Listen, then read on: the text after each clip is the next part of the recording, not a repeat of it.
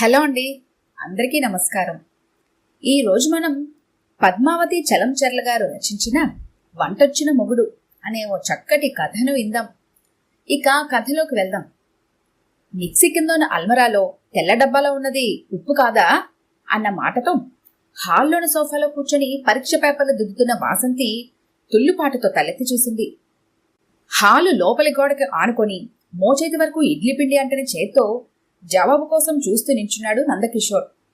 జారిపోతున్న లుంగిని ఉండల చుట్టి పైకి దోపి బనియన్ లేకుండా ఇప్పుడిప్పుడే వస్తున్న చిన్న పొట్టతో పని చేయడం వలన పట్టిన చిరుచెమటలతో ఏ భావము పలకని మొహంతో ఒక కాలు గోడకి పైకి తనిపెట్టి ఇడ్లీ పిండి కారిపోకుండా చేతిని ఎత్తిపట్టి నించున్నాడు.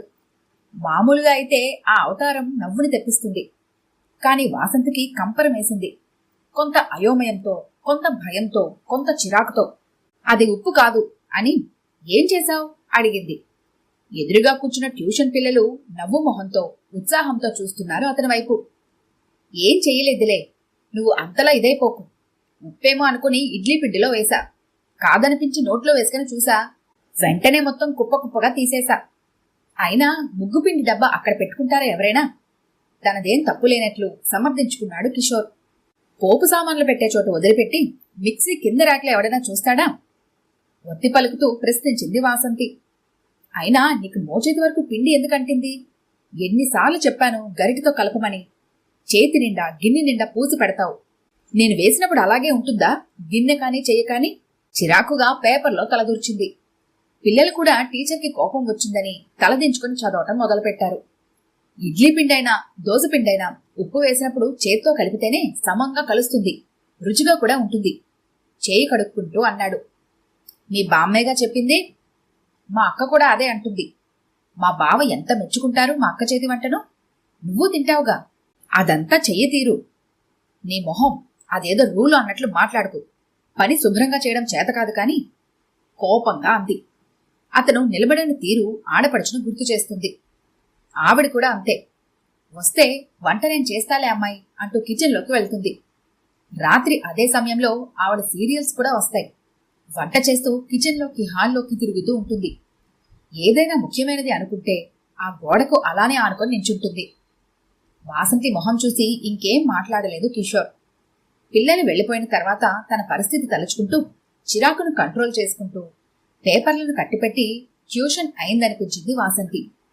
ఇడ్లీ పిండి కలిపిన గిన్నె పక్కన పెట్టేసి నోరు విప్పకుండా న్యూస్ పేపర్ తీసుకొని బాల్కనీలోకి వెళ్లాడు కిషోర్. అక్కడైతే పెద్దగా అరవదని, ఈలోపు కాస్త కుదురు పడుతుంది అని. పిల్లలు వెళ్లిన తర్వాత దిగులుగా అలాగే సోఫాలో చేరగిల పడిపోయింది. కళ్లలో అసహాయతతో కూడిన సన్నటి నీటి పొర. ఈ మాత్రానికైనా అనుకోకండి. ఎవరితో చెప్పుకోవాలి? తన బాధ ఎవరికి అర్థమవుతుంది? తమ్ముడికి చెప్తే మరదలతో సహా కలిసి నవ్వుతారు. స్నేహితురాలతో చెప్తే ఊరుకుందు, రుచిగా వండి పెడితే హాయిగా తిని కూర్చోక అంటుంది. తల్లితో తన బాధ పంచుకుందామంటే మగపిల్లాడితో వంట పని, ఇంటి పని చేయించింది చాలక మళ్ళీ వంకలు పెడతావా అంటూ తిడుతుంది. నేను చేయించిన మహాప్రభో, తనకే ఆ పనులు ఇష్టమంటే వినిపించుకోదు. కళ్ళు మూసుకున్న వాసంతికి గతం సినిమాల్లో లాగా గిరగిరా తిరిగింది. పెళ్లి చూపులు. అబ్బాయికి హైదరాబాద్లో మల్టీనేషనల్ కంపెనీలో ఉద్యోగం అనేసరికి మరే విషయాలు స్ఫురించలేదు. హైదరాబాద్, సాఫ్ట్వేర్ ఎంప్లాయీ, ఇది చాలు కళ్ళు మూసుకొని ఎస్ చెప్పడానికి. విజయవాడలో పుట్టి పెరగడంతో చుట్టాలంతా ఈ చుట్టుపక్కలే. గుంటూరు, తెనాలి, రేపల్లె, బాపట్ల. ఇదే ప్రపంచం, ఇదే లోకం. చిన్నప్పుడే నిర్ణయించుకున్నా నా జీవితం భవిష్యత్తు హైదరాబాదేనని. హైదరాబాద్ చుట్టూ ఎన్నో కలల కన్నా పెద్ద పెద్ద భవనాలు, మల్టీప్లెక్స్లు, మెట్రోలు, రోడ్లు, ఆఫీసులు నాకు కిక్కునిస్తాయి. ఎవరి పని వారు చేసుకుంటూ ఎంత ఆనందంగా ఉంటారు. కానీ ఎక్కడో చిన్న నిరాశ. అమ్మా నాన్న హైదరాబాద్ సంబంధం తెస్తారా, ఒప్పుకుంటారా అని. విజయవాడలోనే స్కూలు, విజయవాడలోనే ఇంటర్, ఇక్కడే డిగ్రీ, ఇక్కడే పీజీ, ఇక్కడే బిఎడ్, ఇక్కడే ఉద్యోగం. నా జీవితంలో కృష్ణానది తప్ప మరేం లేదు. ఛే! ఇంట్లో సంబంధాలు చూడటం మొదలుపెట్టినప్పుడు ఖచ్చితంగా చెప్పా, హైదరాబాద్ సంబంధం అయితేనే చేసుకుంటానని. దాని మొహంలే అంది అమ్మ పట్టించుకోకుండా. నేను వాళ్ళను పట్టించుకోకుండా హైదరాబాద్ కాని సంబంధాలన్నీ తిరగొట్టేశాను. ఫైనల్ గా ఈ సంబంధం వచ్చింది. కిషోర్ హైదరాబాద్ లో సాఫ్ట్వేర్ ఎంప్లాయీ. ఈ ఒక్క క్వాలిఫికేషన్ చాలు నా జీవితమంతా మెట్రో సిటీస్లోనే గడిచిపోతుంది. లాంగ్ డ్రైవ్లు, ఏసీ ట్రైన్లు. ఈ విజయవాడ మూలాన ఏనాడు ఏసీ ట్రైన్ మొహం కూడా చూడలేదు. అదృష్టం బాగుండి పెళ్లికొడుక్కి నేను నచ్చితే బిర్లా మందిరికి వస్తానని మొక్కుకున్నా. కనకదుర్గమ్మను వదిలేశానని అనుకోకండి. నా బాధ ఏంటో కనకదుర్గమ్మకు తెలుసు. చుట్టుపక్కల ఊళ్ళ నుండి ఎవరు వచ్చినా కనకదుర్గమ్మ దర్శనం డ్యూటీ నాదే. పూలమ్మిలు, కొబ్బరికాయలు వాళ్లకు, చెప్పుల వారికి నేను సుపరిచితం. పూజారులకు కూడా. వచ్చిన చుట్టాల సోది వింటూ గుడికి తీసుకెళ్లి కొబ్బరికాయలు, ప్రసాదాలు కొనిపించుకొని అమ్మవారి దర్శనం చేయించుకొని తీసుకురావడం నా 8వ తరగతి నుండే మొదలు. కొత్తలో బాగున్న తర్వాత చిరాకు, కోపం, ఆ తర్వాత అసహనము పుట్టుకొచ్చింది. నా వల్ల కాదని మొత్తుకున్నా నేర్చుకోవాలి ఇవన్నీ. బెజవాడ అమ్మాయిలంటే కత్తి అనిపించుకోవాలి అంటూ సూక్తి రత్నాలు. కొంతలో కొంత ఊరటేంటంటే కనకదుర్గమ్మతో నా మొర చెవిన వేసేదాన్ని. ఏ మాట కామాటే. అమ్మను ఎన్నిసార్లు దర్శించినా చాలదు. నాకు తెలియకుండానే చేతులు జోడించి ప్రశాంతంగా కళ్ళు మూసుకునేదాన్ని. అబ్బాయి వాళ్ళది పొన్నూరు దగ్గర చిన్న ఊరు. తల్లి తండ్రి చిన్నతనంలోనే పోవడంతో నాన్నమ్మ పెంచింది. అక్కా తమ్ముడు ఇద్దరికీ 10 ఏళ్ల వ్యత్యాసం ఉంది. బావగారికి రైల్వేలో ఉద్యోగం. మనవడు ఎక్కడ కాలేజీలో చేరితే తను అక్కడికి వెళ్లి ఉంటూ చదివించుకుంటుందట నాన్నమ్మ. హైదరాబాద్లో ఉద్యోగంలో చేరితే కూడా తను వదల్లేదట. ఇంతకాలం కూడా ఉండి జాగ్రత్తగా చూసుకుందిట. పెళ్ళైతే ప్రశాంతంగా ఊపిరి పీల్చుకుంటుందిట. ఇక్కడ వాళ్లే కాబట్టి అమ్మా నాన్నలు ఇష్టపడ్డారు. హైదరాబాద్ సాఫ్ట్వేర్ ఎంప్లాయ్ కాబట్టి నాకు అంగీకారమే. దుర్గమ్మ తల్లి నా మొర ఆలకించింది. నాకు నేను ముందే చెప్పుకున్నా, అబ్బాయి ఎలా ఉన్నా సర్దుకుపోవాలి అని. అవ్వ కావాలి, బువ్వ కావాలి అంటే కుదరదు కదా. నిశ్చయించుకున్న పెళ్లికి చూడటం ఎందుకులే అని పెళ్లి చూపుల తంతురు నేను పెద్దగా పట్టించుకోలేదు. బుర్ర నిండా మెట్రో ట్రైన్లు, మల్టీప్లెక్స్లు తిరుగుతున్నాయి. నిశ్చితార్థంలో చూశాను. సంతోషం ఉప్పొంగింది. నిజంగా బాగున్నాడు. కాదు అందంగా ఉన్నాడు.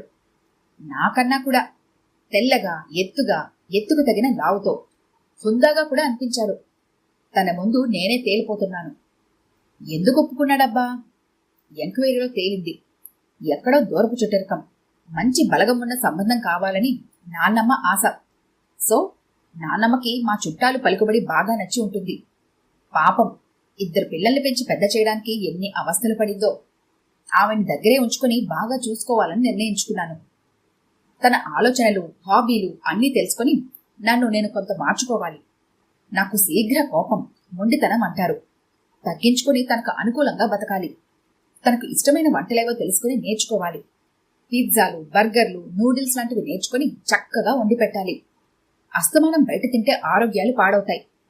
తనకి జీన్స్ టాప్స్ ఇష్టమైతే అలవాటు చేసుకోవాలి. ఇప్పుడు వేసుకోవచ్చు, కానీ ఈ విజయవాడకి, మా చుట్టాల లెవెల్కి ఈ డ్రెస్సులు చాలే అని నేనే వేసుకోను.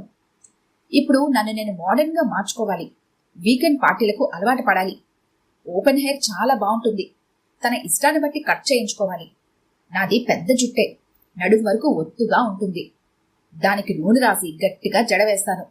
నన్ను చూసి మా విజయవాడ అమ్మాయిలు మొరటుగా బండగా ఉంటారు అనుకోకండి. ఇక్కడ చాలా ఫ్యాషనబుల్గా ఉంటారు. నాకే ఎప్పుడో ఎందుకో తెలియదు, కానీ ఈ విజయవాడ లెవెల్కి ఇది చాలే అనేది బుర్రలో ముద్రితమైపోయింది.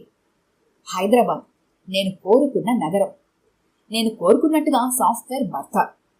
పెళ్లి సమయంలో తనకు కూడా వంట వచ్చని తెలిసి మురిసిపోయాను. చుట్టాలు, స్నేహితులు కూడా నాది అదృష్టం అన్నారు. ఇద్దరు కలిసి పనిచేసుకుంటూ హాయిగా ఉండొచ్చంటూ. మగవాళ్లకు వంట రాకపోవడం వల్ల తానేం ఇబ్బందులు పడుతోందో ఏకరవు పెట్టారు. నన్ను దుర్గమ్మ తల్లి చల్లగా చూస్తుందని, చిన్నప్పటి నుంచి చేసుకున్న దర్శనాల పుణ్యం ఎటూ పోలేదని అర్థమైంది.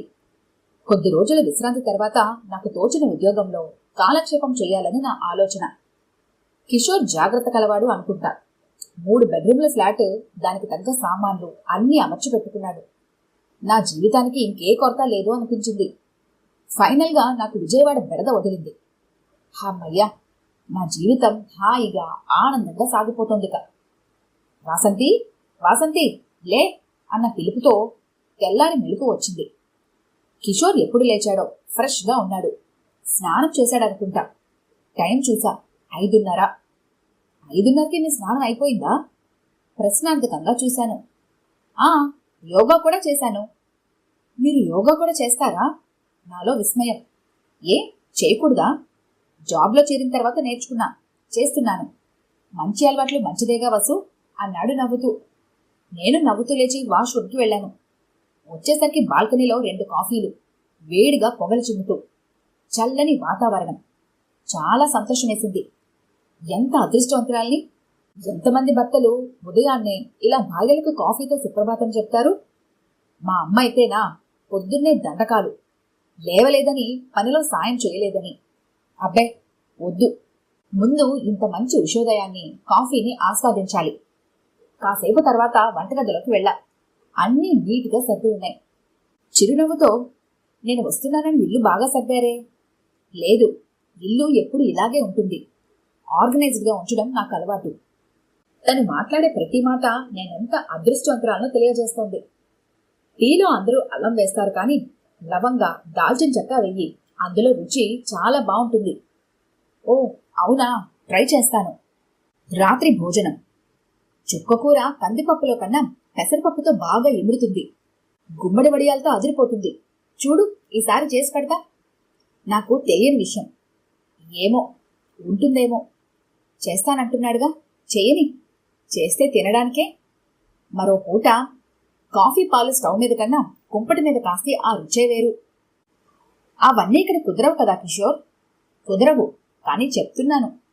ఓ సరే, ఈ శనివారం వంట నేను చేస్తా, చూద్దుగాని. వద్దు కిషోర్, వచ్చి 2 నెలలయింది. నువ్వసలు నన్ను బయటికి తీసుకెళ్లనే లేదు. బయటనే భోంచేద్దాం. బయటకు వెళ్దాం, కానీ భోజనం ఇంట్లోనే చేద్దాం. వంట నేను చేస్తాగా. అప్సెట్గా అనిపించింది, కానీ చేసేదేం లేక సరేనన్నాను. భోజనం తర్వాత బయటకు వెళ్తాం అన్న ఆనందంతో లేచాను. అప్పటికే కిషోర్ స్నానం చేసి కాఫీ ఫిల్టర్ వేశాడు. ఫిల్టర్ కాఫీ నాకు ఇష్టమే, కానీ అంత ప్రాసెస్ నచ్చదు. ఇవాళ ఫిల్టర్ కాఫీ అంత ఆనందాన్ని ఇవ్వలేదు. 2 వారాల క్రితమే తనని కిచెన్లోకి రావద్దని గట్టి వార్నింగ్ ఇచ్చాను. నేను చేసే ప్రతి పనిని ఇలా కాదు, అలా కాదు, ఇది వెయ్యి, అది వద్దు, ఇది ముందు వెయ్యాలి, అది తర్వాత వెయ్యాలి. అబ్బో, రన్నింగ్ కామెంటరీ సాగిపోతూనే ఉంటుంది. ఏదీ నా లెక్క ప్రకారం జరగదు. వంట బాగానే ఉంటుంది, ఏ మాటకు ఆ మాటే చెప్పుకోవాలి. కిషోర్ వంట అద్భుతంగా చేస్తాడు. అంతేకాదు, ఇష్టంగా చేస్తాడు. వంటే కాదు, ప్రతి పని అంతే. పక్కా ప్రణాళిక. దేని తర్వాత ఏది, ఎంత, ఎప్పుడు వెయ్యాలి అన్నది చాలా లెక్క ప్రకారం ఉంటుంది. నేను మామూలుగా అందరిలాగానే చేస్తాను. ప్రతిరోజు తినేటప్పుడు ఏదో ఒక కామెంట్. అది నాకు నచ్చడం లేదు. టొమాటో పప్పుకి దొండకాయ వేపుడు బెస్ట్ కాంబినేషన్. అది కూడా దొండకాయలు గుండ్రంగా కొయ్యాలి. దోసకాయ పప్పుకి వంకాయ కొబ్బరికారం సూపర్గా ఉంటుంది. పొడవు వంకాయలు. పొట్లకాయ పెరుగు పచ్చడికి బెండకాయ డీప్ ఫ్రై బాగుంటుంది. సాంబార్కు ఆలు ఫ్రై కన్నా చేమదుంపలు, మిరియాల కారం బెస్ట్. గుమ్మడి వడియాలు, బియ్యపు వడియాలు, మినప వడియాలు, ఇలా ఏవి దేనితో అద్భుతంగా ఉంటాయో చెప్తూనే ఉంటాడు. ఇవాళ గోంగూర పచ్చడి ఎండుమిరపకాయతో చేయి. మిరపకాయలతో పాటు ధనియాలు, జీలకర్ర వేయించు. రోజు భోజనం టైంలో ఇదో చర్చ తనకి. మొదట్లో ఇష్టంగానే అనిపించినా రాను రాను చిరాకు మొదలైంది నాకు. కాఫీ, స్నానం, ఆంజనేయ స్వామి గుడి. నువ్వలా కూర్చో, కాసేపట్లో అల్లం వేసి మార్చి పెసరట్టు వేసి పెడతాను నీకు. పిండి రాత్రి నానేసేగా, నువ్వలా కూర్చో, నేను చిటుకులో వేసేస్తా. చిర్రుమంది నాకు, కానీ ఆకలి వేస్తోంది. మౌనంగా వెళ్లి సోఫాలో కూర్చుని టీవీ ఆన్ చేశా. పెసరట్టు వేస్తున్నంతసేపు నాన్నమ్మ, అక్క, టిఫిన్లు, వంటలు, ఇదే గోల. ఎవరు ఎలా చేస్తారు అనేదే. నీకు కూడా వేసాయి కిషోర్, ఇద్దరం కలిసి తిందాం. వద్దొద్దు, పెసరట్టు వేడిగానే తినాలి, చల్లారితే బాగోదు, నువ్వు తినేసేయ్ అంటూ ప్లేట్ తీసుకొచ్చాడు. వేడి పెసరట్టు, నెయ్యి కారుతూ. ఆత్మారాముడు తృప్తిపడ్డాడు. తను కూడా తెచ్చుకొని తింటూ ఏవేవో చెప్తున్నాడు. వింటున్నాను. ఈసారి మా ఊరు వెళ్ళినప్పుడు మంగళంలో వేయించిన కందిపప్పుతో గోంగూర పప్పు చేసి పెడతాను.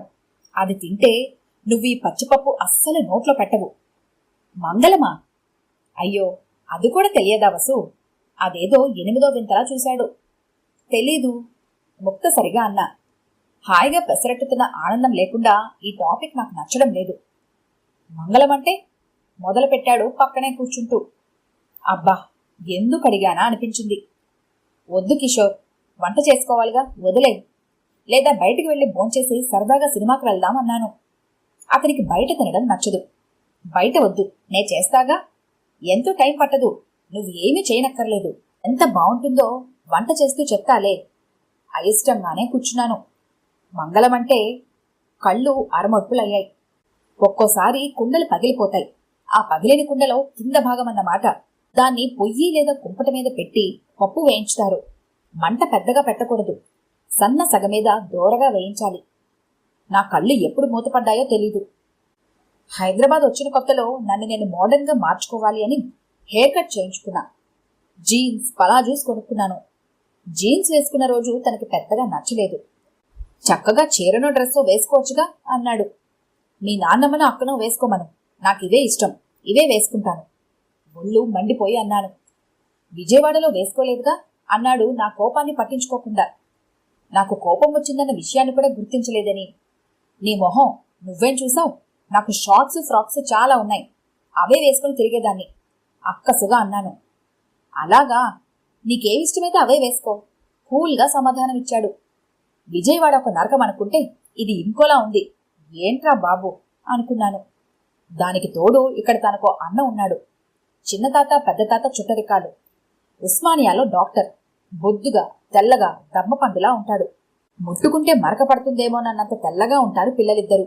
2-3 నెలలకోసారి కలుస్తూ ఉంటాం. ఆయన వచ్చిన రోజు మరీ. ఇద్దరూ అదేదో లోకంలో ఉంటారు. దానిలో వాళ్ళ ఊరు, నాన్నమ్మ, అక్కలు, చెల్లెలు, వంటలు, ఊళ్ళో కాలేజీ లేకపోవడం, హాస్టల్ ఖర్చులు భరించలేని ఆర్థిక స్థితి, రూములు అద్దెకు తీసుకుని వండుకు తిని దానిలో నిష్ణాతులైపోతారు. ఆయన డాక్టర్ అవ్వడం మూలన సమయం దొరకదు కాబట్టి పర్లేదనుకుంటా. మా ఆయన మాత్రం నాన్నమ్మ పెంపకంలో ఇదిగో ఇలా తయారయ్యారు. ఆ బావగారు చాలా సరదా మనిషి. జోకులు, సెటైర్లు బ్రహ్మాండంగా వేస్తారు. ఇద్దరి మెయిన్ టాపిక్ వంట. బామ్మ ఎలా చేస్తుంది, అమ్మ ఎలా చేస్తుంది, దేంట్లో ఏం వేస్తే ఎలా ఉంటుంది. ఊరిలో ప్రతి ఒక్కడికి నిక్నేమ్. కాలువలు, ఈతలు చెప్పుకుని పగలబడి నవ్వుతూ ఉంటారు. మొదట్లో సరదాగానే ఉండి ఎంజాయ్ చేసేదాన్ని. ఇప్పుడది హద్దులు దాటి చిరాకు వచ్చింది. ఎన్నోసార్లు వార్నింగ్ ఇచ్చాను. వంటగది వైపు రావద్దని, వంట గురించి మాట్లాడవద్దని, వంకలు పెట్టవద్దని. కొంత కంట్రోల్లోకి వచ్చాడు. ఆ చెయ్యి ఎత్తిపెట్టి గోడకి ఆనుకున్న తీరు గుర్తొచ్చి ఒళ్ళు మండిపోతోంది. బాల్కనీలోకి వెళ్లి చూసా. బిక్కమొహంతో పేపర్ చూస్తున్నాడు. తిరిగి వచ్చి సోఫాలో కూర్చున్నా. కళ్ళు మూసుకున్నా. ఎందుకు నాకీ అసహనం? ఏం తక్కువైంది నాకు? ఏమిటి తనతో ప్రాబ్లం? తాగుతాడా? లేదు. పబ్బులు, పార్టీలు అంటే తిరుగుతాడా? అదీ లేదు. ఆఫీస్ పనంటూ నన్ను పట్టించుకోకుండా ఉంటాడా? లేదు. పోనీ అమ్మాయిల వెంట పడతాడా అంటే అదీ లేదు. ఆ మొహానికి అంత తెలివి కూడానా? సినిమాలు, షికార్లు వద్దంటూ నన్ను కట్టడి చేస్తాడా? లేదు. తనకిష్టం ఉన్నా లేకున్నా నా కోసం వస్తాడు. నాన్నమ్మ పెంపకంలో అతి జాగ్రత్తగా పెరిగాడు. అలాగే అతి మంచిగా తయారయ్యాడు. జీవితాన్ని పద్ధతిగా జీవించాలి అనుకుంటాడు. అన్నిటికీ మించి నన్ను ఏనాడు ఒక మాట అనడు.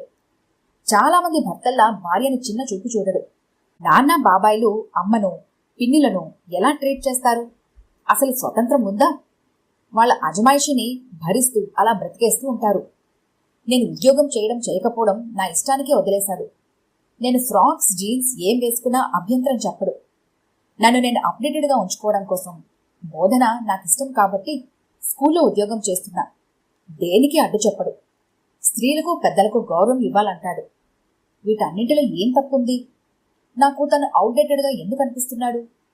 నాకెలా టీచింగ్ మీద ఇష్టమో తనకి వంట మీద ఇష్టం కావచ్చు. అది నాకెందుకు కష్టాన్ని కలిగిస్తోంది? లేచి బాల్కనీలోకి వెళ్ళా. బాచీ, అది వాళ్ళ నాన్నమ్మ గారి పిలుపు. ఆకలేస్తోంది, అన్నం తిందాంరా. ఉల్లిపాయలు సన్నగా తరిగి, అల్లం, పచ్చిమిర్చి వేసి 1 స్పూన్ శనగపిండి కలిపి, కొత్తిమీర, కరివేపాకు దిట్టంగా వేసి ఆమ్లెట్ వేద్దు రా. ఈలోపు నేను అన్నీ సర్దుతా. తనకిష్టమైన వివరణతో చెప్పా. వెటకారం ఉందేమోనని నా మొహంలోకి చూశాడు. లేదు, మామూలుగానే ఉంది. ఈవేళ అలా కాదు. ఎండుమిర్చి ఫ్లాక్స్ కచ్చా పచ్చా దంచి 4 మిరియాలు, సొంటి పొడి వేసి చేస్తా. చూడు ఎలా ఉంటుందో. ఉత్సాహంతో లేచాడు. హబ్బా, ఈ వంటొచ్చిన మొగుడితో ఎలాగమ్మా వేగేది? ఈ కథ కనుక మీకు నచ్చినట్లయితే లైక్ చేయండి, షేర్ చేయండి. మరిన్ని ఇంట్రెస్టింగ్ కథల కోసం మా ఛానల్ని తప్పకుండా సబ్స్క్రైబ్ చేసుకోండి.